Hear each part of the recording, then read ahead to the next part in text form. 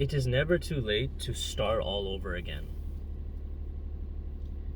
I think a lot of us, depending upon our age, we feel that it's too late to start a new career change or to be in a relationship again with someone, or to start a new hobby or something like that, or to make a big change like to move to a new country and start a new life, or to go into a completely different trade or career that you have no experience with, that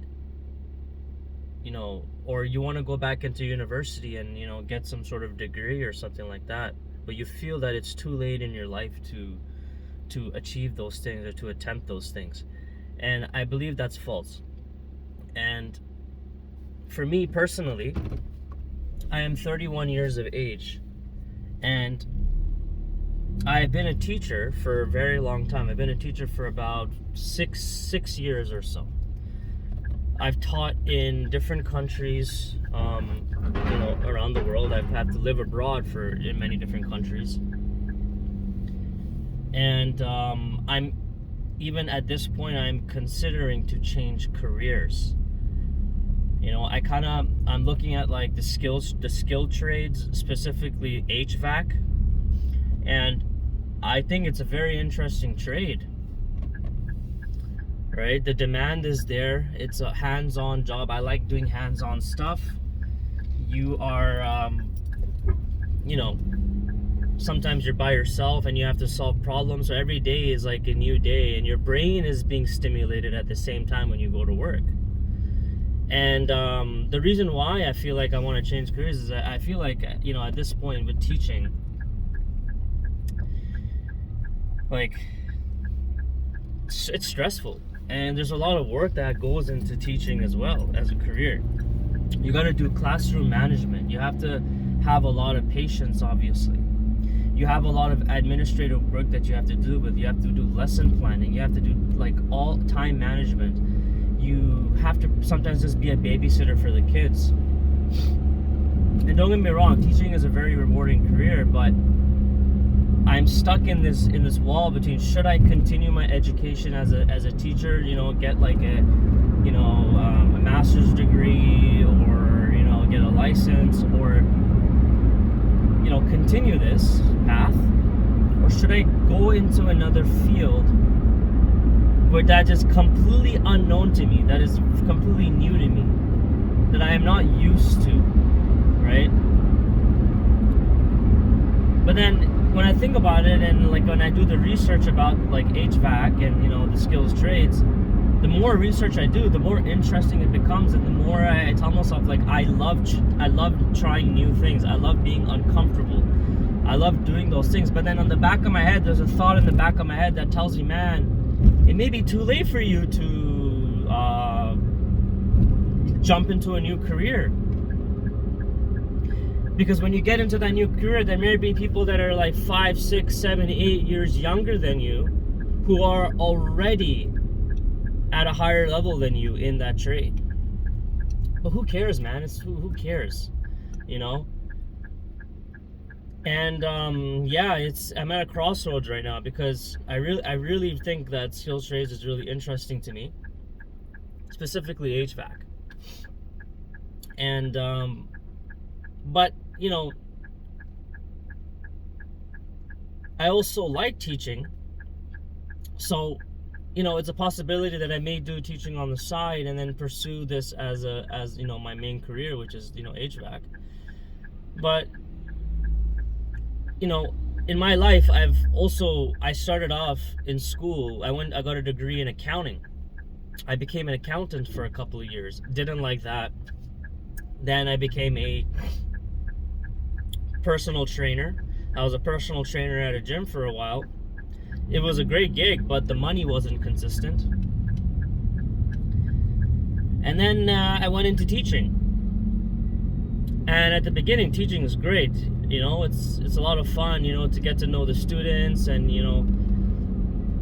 lot of laughter in the class, and it's a really fun setting. But it's also, at the same time, as I said before, it can be very stressful. You have to deal with maintaining the reputation of the parents. You have to deal with maintaining the reputation at the school with other staff members, and you're dealing with also gossip at work. I feel like when you're working at a public school, a lot of the teachers like to gossip about other teachers or like gossip about students. And I noticed that teachers have a lot of work. Like, we gotta, like, if you clock out, you still have work to do. You gotta prepare for the following week. You gotta mark tests.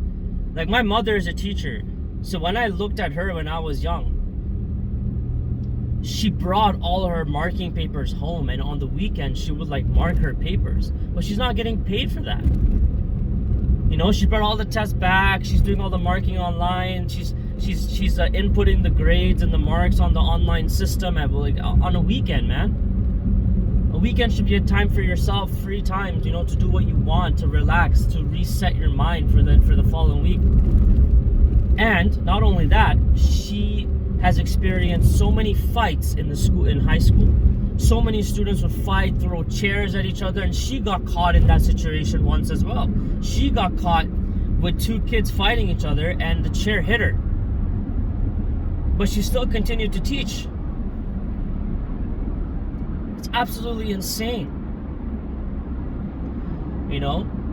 And I've seen fights as well, even when I taught abroad. I have seen fights between like students that were 12, 13, 14 years of age. One student was punching the other guy in the face. I had to step in and stop the fight. A boy pulled a girl's hair. A boy spat on another boy's face. A boy's body got kicked in by a girl. A lot of crazy stuff that you see. But yeah, I think for me, it's like I'm always like I'm not complacent. Like, I always want to seek change. I always want to find a new way to stimulate myself and learn something new. And I feel like the skills trades will give you that.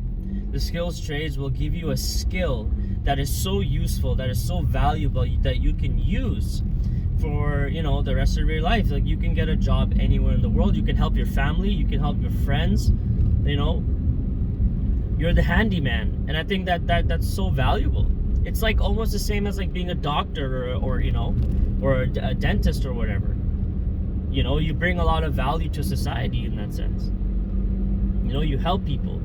And don't get me wrong, in teaching you also help students, right? And it's amazing to find out that 5, 6, 7 years down the road, you help them become the person that they are. They got a beautiful job or a career, or they said that it's because of you that I wanted to become this, or I thank you for educating me and teaching me. That's great. But I feel like with like other skills that require physical output, I feel like it brings a lot of like real value, because there's always things that need to be fixed, always. And if you're a skills trade, whether you're a plumber, an electrician, HVAC, welder, whatever, you're the guy for it, man. You're the person that they call.